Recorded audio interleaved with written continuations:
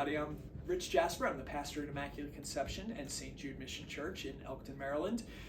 Today is Tuesday, March 18th, and we are in the second week of Lent. This gospel is from the Gospel of Matthew, and it's Matthew 23, verses 1 to 12. Matthew writes, Jesus spoke to the crowds and to his disciples, saying, "The scribes and the Pharisees have taken their seat on the chair of Moses. Therefore do and observe all things whatsoever they tell you, but do not follow their example. For they preach, but they do not practice. They tie up heavy burdens hard to carry and lay them on people's shoulders, but they will not lift a finger to move them. All their works are performed to be seen. They widen their phylacteries and lengthen their tassels. They love places of honor at banquets, seats of honor in synagogues, greetings in marketplaces, and the salutation, Rabbi. As for you, do not be called Rabbi. You have but one teacher, and you are all brothers. Call no one on earth your father. You have but one Father in heaven.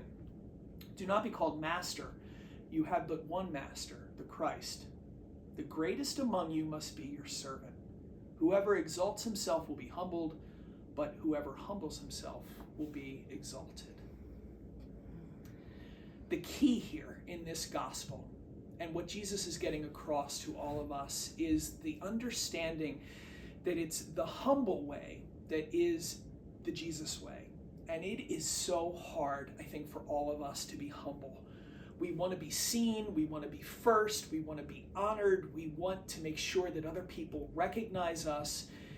And all of that's not bad per se. I mean, obviously, Jesus does not call us to be doormats. That's not who we're called to be as disciples.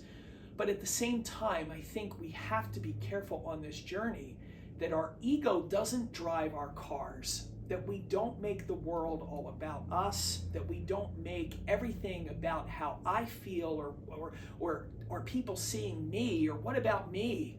I think we go through life hearing so many people subtly and sometimes not subtly saying, well, what about me? What about me? And Jesus here is saying, but what about others? How are you loving others? How are you taking care of others?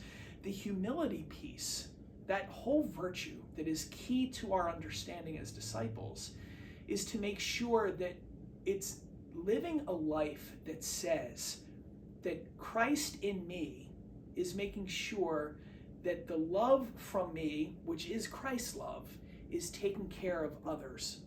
That we're making sure that they are seen and respected, that we're walking with them on their journeys, and that it doesn't necessarily have to be all about me, self, I. Because in a world that is all about me, it becomes a very selfish world. And I think that was the problem with the Pharisees and the Sadducees and the religious leaders. It was really ultimately all about them. It was never really ultimately about God and God's relationship with others. So be the one, and I challenge myself as well as a religious leader, be the one to see others and walk with them in that space.